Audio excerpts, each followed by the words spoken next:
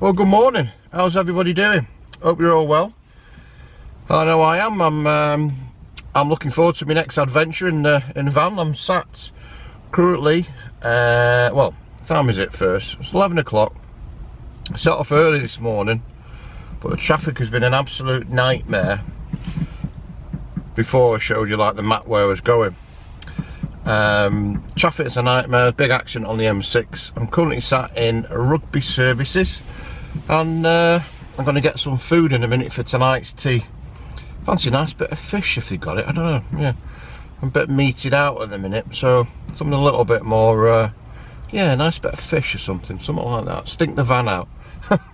Anyway, so, you probably tell by the title of this video, I'm off to see the UK's, well, shall we say, version of Roswell.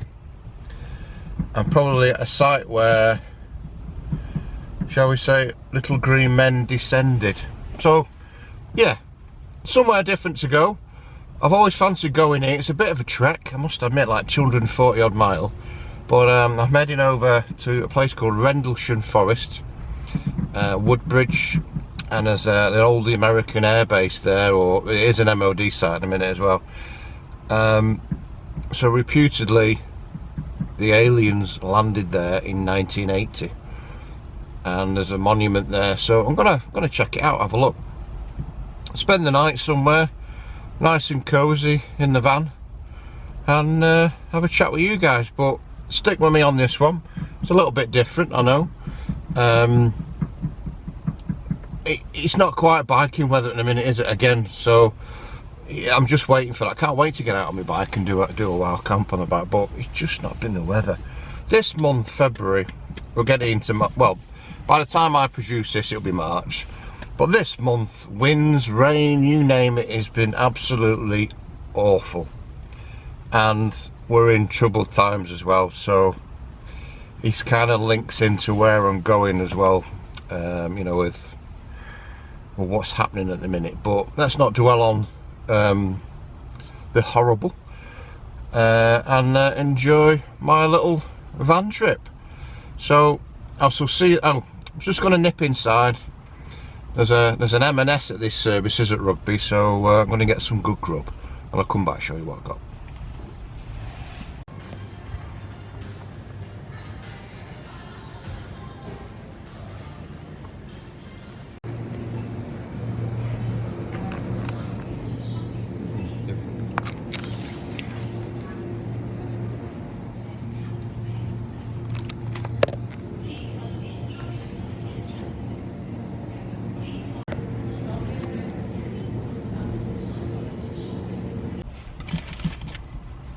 I just got back.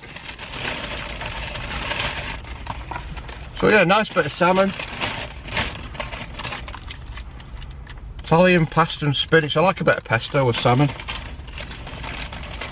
And some potato salad. I absolutely love potatoes. I could live off that. Just that alone. I love potato salad. Right guys, I'll see you in a bit when I'm further down the road, and I'm trying to find the location. So see you in a bit. Just stopped off for a quick Jimmy Riddle, if you know what I mean. I was busting. Everyone else suffering from when you need to go situation. As you get older, there ain't no stopping it, is there? So yeah, I'm about 7 miles out. It's been a long drive, this one. And but yeah, just past Rolling Hill, not Rolling Hills. I just passed some lovely sort of thatched cottages and farms and churches, and we're in the middle of the countryside at the minute. I was going to just film outside, but then the wind started blowing. So I'll catch it when I get to where I need to be in a minute. Right, so I'm at the car park at Rendlesham, and van's parked up behind me. Got my bug out bag by the back wheel. There's a few people knocking about, and they all seem to be like a bit confused of where these trails start, so they're not on their own. Anyway, so I've got a little map, I don't know if you can see there.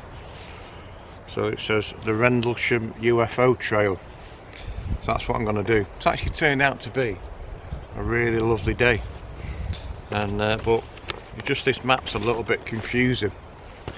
So I'll read you the first bit, what it says.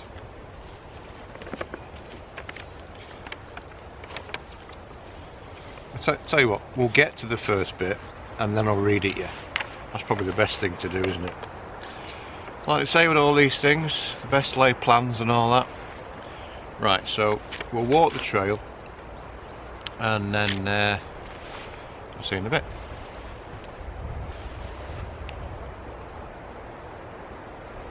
Oh, by the way, there's no, doesn't seem to be a ranger about to collect payment, or the machine doesn't work, so I've not really paid for my parking, but what can I do? Nothing. The machine doesn't work. So just set off from the car park, and say, lovely day. Probably one of them days doing something like this. You want it a bit miserable, ominous. Never happy me, am I? I'm just in a squirrel. And I saw a deer as well bounding up the road before. So loads of wildlife in this area. Loads of wildlife. So I'll carry on the trail. We'll get to the first point, where apparently it's the gate of the old Air Force base.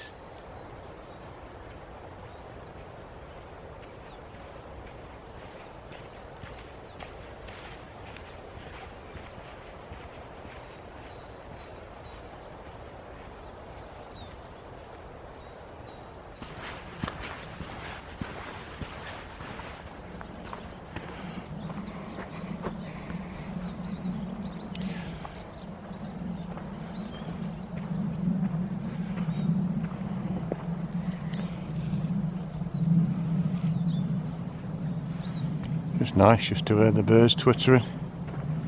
There's really not that many people about, unlike other forests I've been in, like the typical example. The one in Northumberland, the Spooky Forest, which for some reason I completely forgot. Why have I forgot that? No, that is a spooky forest. This seems really pleasant, to be honest. I'd well camp here actually if it could disappear, definitely. So, bit of a basic map to follow. I'm just doing the first left bit. See there? So you follow purple sign. It even says UFO trail.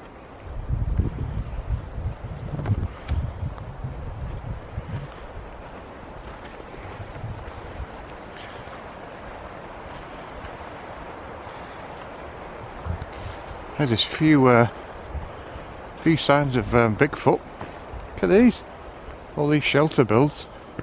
So yeah, just nice to be out. Been a bit of a drive this one, but been meaning to come here for a long while. So I set off pretty early really. It took me a good few hours to get here, 250 miles, but worth it I think. It's only fairly, I think it's about 3 o'clock-ish now. So just come up to what's called the East Gate. Bit of a sign here. So it was 1980. I'll explain in a second. There's a little bit more of the map. Well yeah, this is an excellent place. It's just unusual. Nobody about. Tell you what, if you're short on garden chippings, you find them there. So this is the East Gate. There's no lock on it. Oh yeah, there's a lock. It's locked. New padlock as well by the looks of it. This is the first point. So basically, it was just after 2 AM and it was the morning of the 27th of December in 1980. When 2 United States Air Force patrolmen, who were obviously patrolling the gate, saw some lights in the area. So the unusual lights were up in the trees, and they had to ask the big chief, the commanding officer, to go and investigate. So imagine that at 2 o'clock in the morning, just a couple of guys going off to investigate these lights. Now at the time, 1980, you had a lot of bad stuff going on, and I was just a kid then, 11. So all I remember is Ronnie Reagan and Gorbachev. Do you remember the Frankie Goes to Hollywood pop video when two tribes go to war? So if you think about it, difference between now and then, as kids we didn't really know anything, but now kids have got social media, they've got a lot more info to hand. So anyway, so off these guys popped, trying to investigate. So they were thinking maybe it could be the Russians. What would you think at that time? What would we think at this time? Looks like the fence has been breached there. Not really the best job to try and get in. You could easily get in that, really, couldn't you? Yeah, not the best job. Just walking by the side of the base. So it's all fenced off.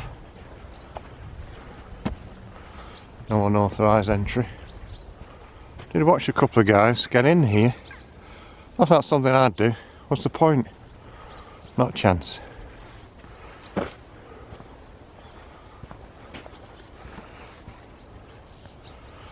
I come round, there's these huge, big hangars. Let me just zoom in. The camera's picking it up.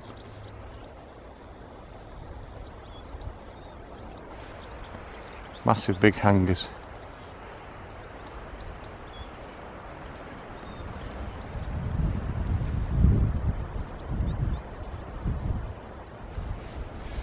Apparently on this base in the 80s there used to be enough nuclear weapons stored by the US Air Force to probably destroy the world.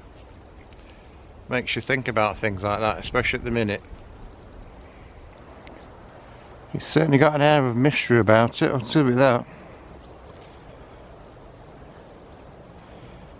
What if they captured an alien and took it back there? You never know, do you? You never know. So walking back now from the gate, put them, your mind into the guys that went. So one patrolman was asked to leave and stand guard, obviously at the gate, and there was an investigative guy came from the USAF, and another guy. So 3 proceeded along where I'm going to walk now. Look at the size of that come down in the storm. Wow, that's completely ripped off, isn't it?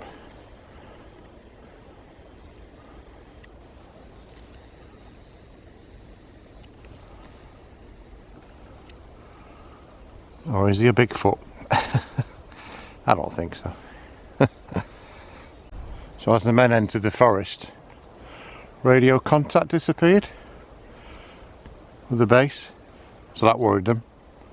With radio contact lost, they've decided that one of the guys stay at the edge of the forest just to maintain, and then the other two proceeded in, and they walked right to the edge.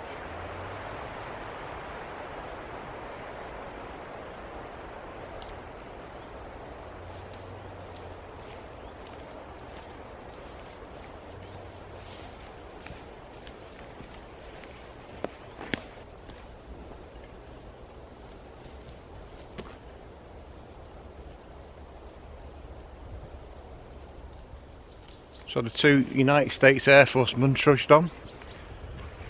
They back now down to 2, and they were just following the light.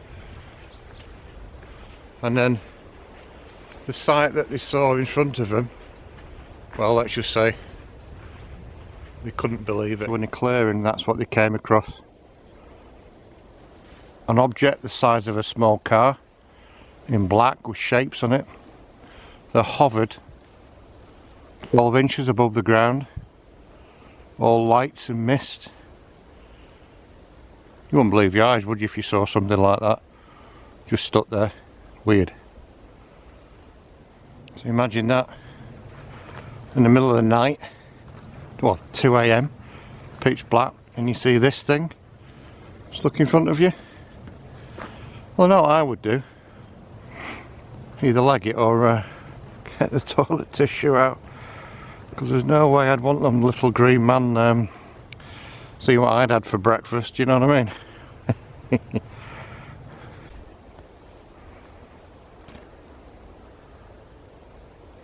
We have a lighting with some unusual lights in the sky.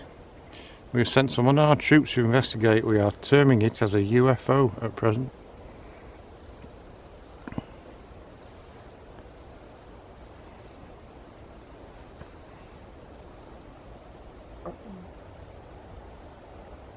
Yep, I can imagine what they felt like.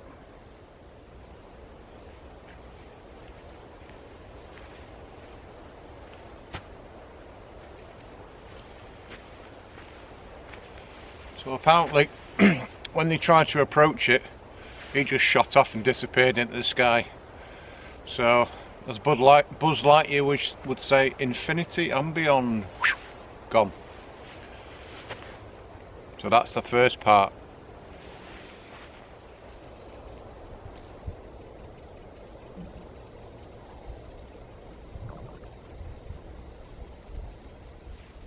I'm just reading this last bit.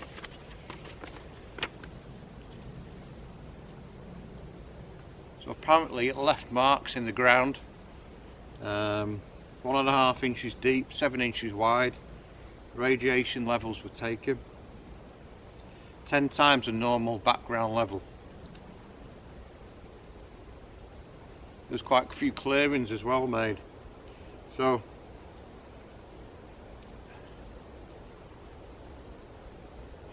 to the east, across the farmland, is the North Sea coast, and it's called Orford Lighthouse. Well, it used to be called Orford Lighthouse, I believe. I've never been. Might go tomorrow, have a look. But could it be the lighthouse that was causing lights, and could there be a bit of jiggery pokery about the story? Who knows? But then again, there is a second part to it, and I think we'll come back to that tomorrow. So, quick drink, quick biscuit. When I get back to the van, cook up my salmon. Well, I'm going to find a place to park first in the light, so I need to get back to the van door. There's something about walking in the forest when it's getting dark.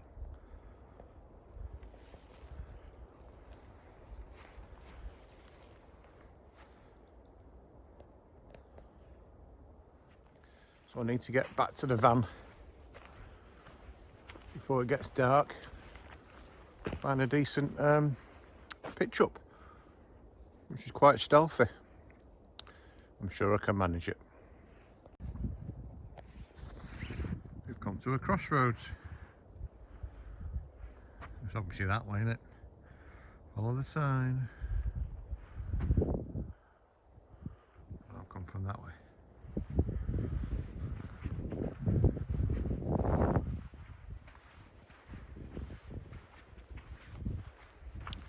It'd be great if a deer just jumped across now as I'm filming, or something else, like a big black cryptid or something like that. What no? Never going to happen. You can imagine something as quick as that.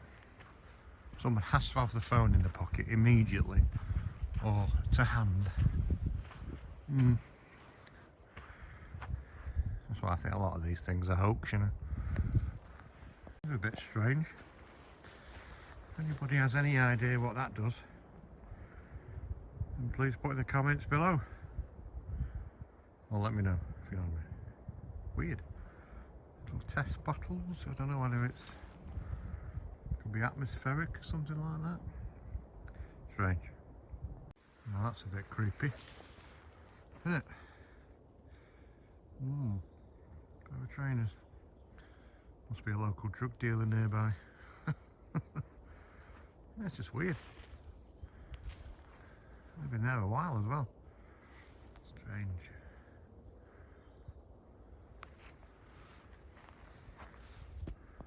office is all on his own there now.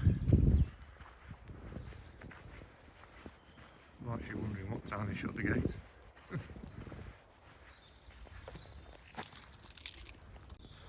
So back to the van. I think I can't stay here really. It's dead flat. I quite like it. Never mind.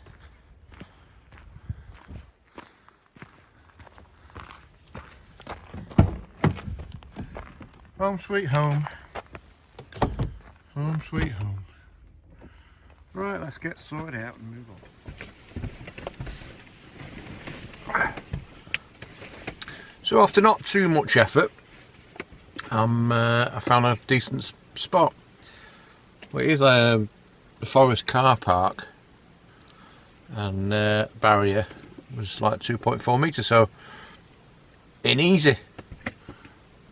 There is a sign on saying no camping. Well, I've not got a tent, so I could be just parked up, could I? Hence the stealth van this, but this is why these work pretty well. So anyone, I'm not going to put blinds on the windows because it's not cold. It's quite quite a nice temperature tonight as well. Lovely and still. Can you hear the fan going? No. So all nice and stealthy, just parked up.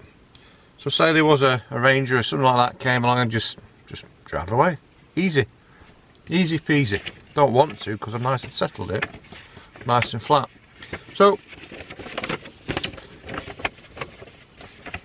I hope you enjoyed that little bit of today, that bit of a walk. I know I did. Weather was nice. It was nice and chilled out. See that monument. Nice 3-4 mile walk. It was pretty good, but very, very interesting. I'm sure you'll agree. Very, very interesting. So I was reading off this, really, this UFO trail, read the story. So I got to a point where point 3, where the two guys have found the craft, and it did one.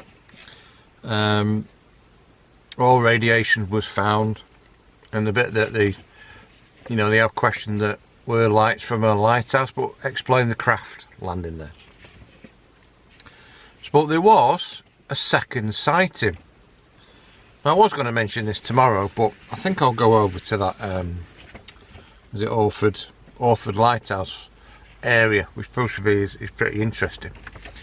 Quite fancy that. Have a look at the sea if I can get there.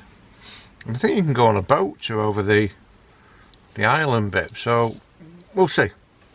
Get up early and get gone over that way, because again it's a long drive back home. So I'll read this again for you.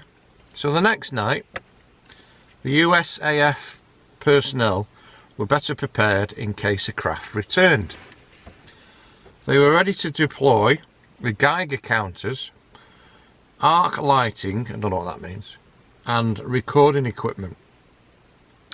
The first reported sighting that night over the open field to the east of the forest near Point 4 was a pillar of yellowish mist, which then seemed to transform itself to a huge eye with a dark centre. Then a craft was spotted and reported to have manoeuvred through the forest. It had pulsating lights, red on the top with blue lights underneath. Well, I've just seen one of these very newfangled tractors in a field. I was going to park up. In fact, I was going to try and take a picture because that looked like an alien craft. So it could have been Jeremy Clarkson's Lamborghini tractor if you ever watched that programme with him in. The patrolman pursued it and reported that it transformed into a pyramid shape, approximately 30 feet across and 20 feet high. After a chase of about an hour, the craft shot skywards. Elliptical pieces detached themselves from it, which lingered in the sky for approximately an hour, and then the craft disappeared.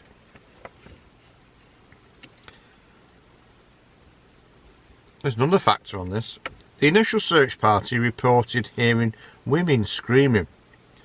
Who were these women? And where were they? They also reported that animals in a nearby paddock became frenzied something had disturbed them. One of the patrolmen involved in the search on the second night was to report that he was unable to move when he first came upon the craft. I could not move, it was dreamlike. I felt slower on that night. Everything was on half speed and something was wrong. So, that's the walk. Believe what you must. Do a bit of research on it like what I did. And come and have a look. It's worth experiencing. I really enjoyed it. Very atmospheric. And day out. Brilliant. Right, so next thing I'm going to do is cook up a bit of grub. So I'm going to poach my salmon and then heat up in a little bit of the water, the poaching water, this Italian pasta and spinach salad. So I might just warm that up, I think. And then on the side I have got some nice potato salad. So let's crack on, because I am absolutely starving. Just spoke to the wife, she just rang me. What have you eaten today? Because I've been on a little bit of a healthy kick. Hence the no booze, because it's in the week. And this. So I have lost a bit. I was about 16 odd bit over. So I'm kind of like 15 and a half now. So it's dropping off. Not massively, and I do like a kind of a calorie count type thing, so I am losing a bit. Right, starving. Let's get eating.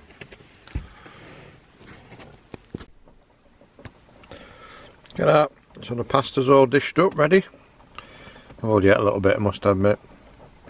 Potato salad's on the side, and salmon's just poaching away nicely. Put a little bit of seasoning in there. I was going to fry it, but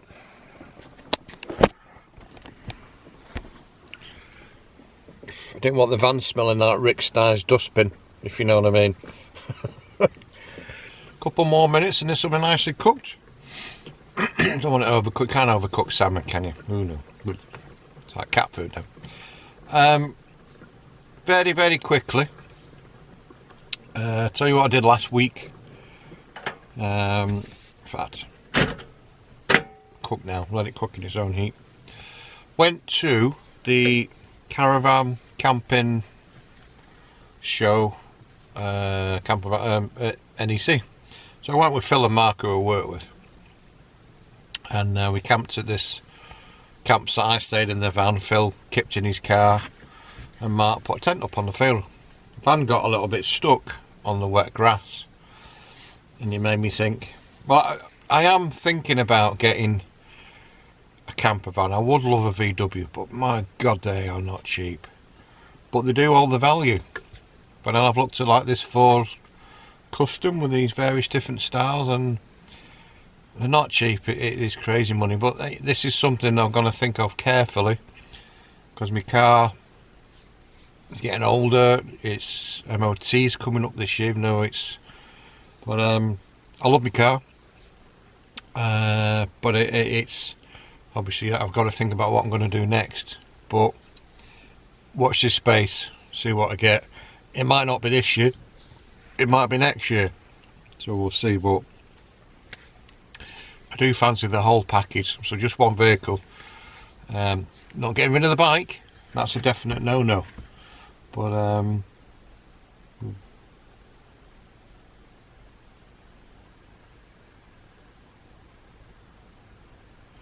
car's driving quite slowly, so it's going past. Yeah, definitely keeping a bike, but instead of I would like one vehicle, so one car, I mean. So we'll see about whether I'll get a camper van or not. Anyway, let's get this bloody fish on the plate.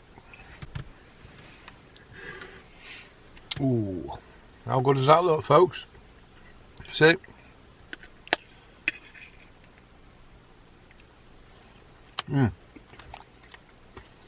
Nice, lovely. Right, I'm going to tuck into this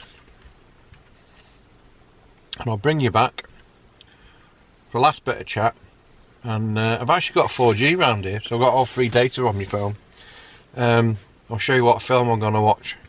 Yeah, on my own in the van. I'll show you what I'm watching. So let me eat this and I'll come back to you. Well, that meal was pretty darn good.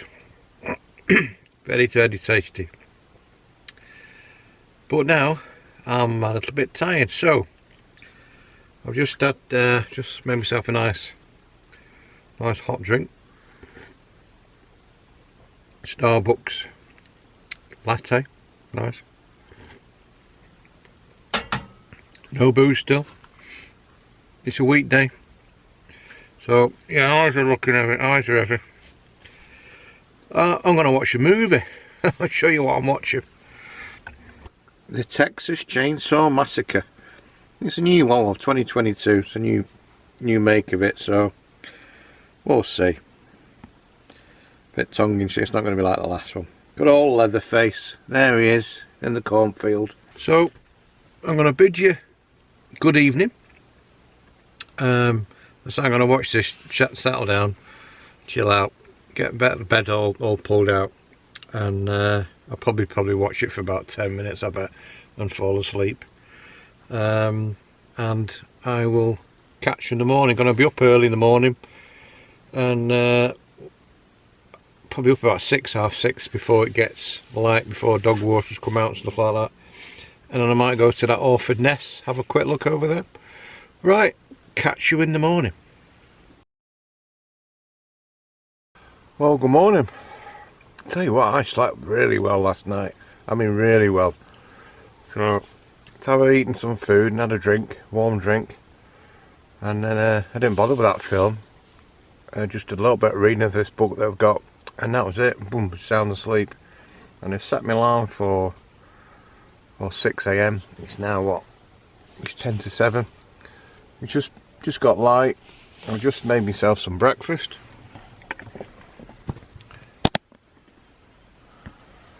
So just got a brew on, nice cup of coffee, one of these Quaker porridges, and that'll do me for the time being.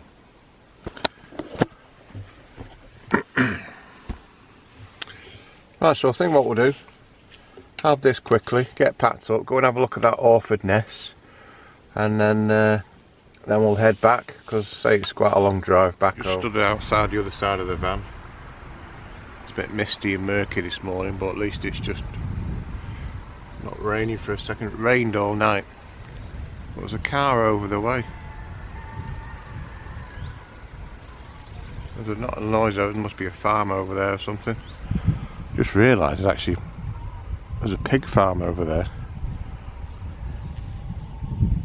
Or something, there's a hell of a lot of noise, I don't know what you can see. So I just pulled up, still early, not many people, well, nobody about. It's called Orford, and behind me is what's called Orford Nest. I'll explain a little bit about it. So in the distance you've got what's called Orford Nest, and it's now a nature reserve, but it's also famous for doing ballistic missile testing and atomic testing, and it's also where, kind of like a spit of land, it's also where reputedly in the Second World War the Nazis actually landed here, right on that spit over there. And there's a building called, I'm going to zoom in, called Cobra Mist. It's actually where radar was invented, so quite interesting.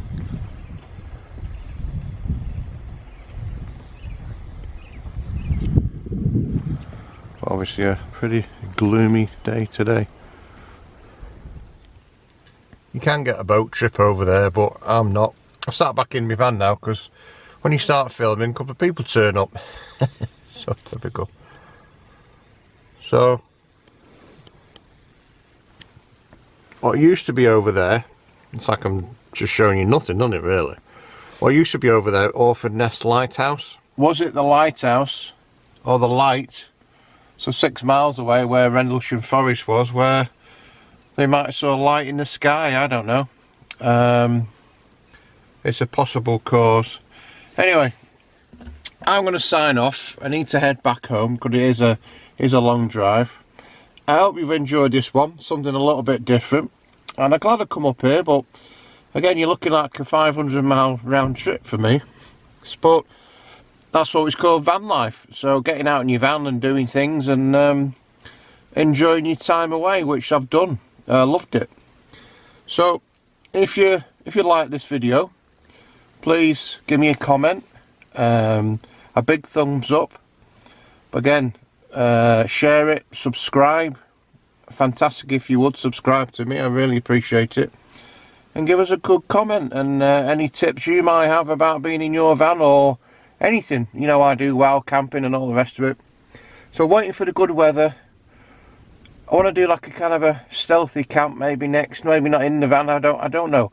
I don't know what's coming next. I have some little plans in my head and then I just kind of just crack on with it. So I wish you all the best in these uncertain times at the minute. Let's not mention any more about that. And I will see you on the next one. All the best to you. Thank you very much.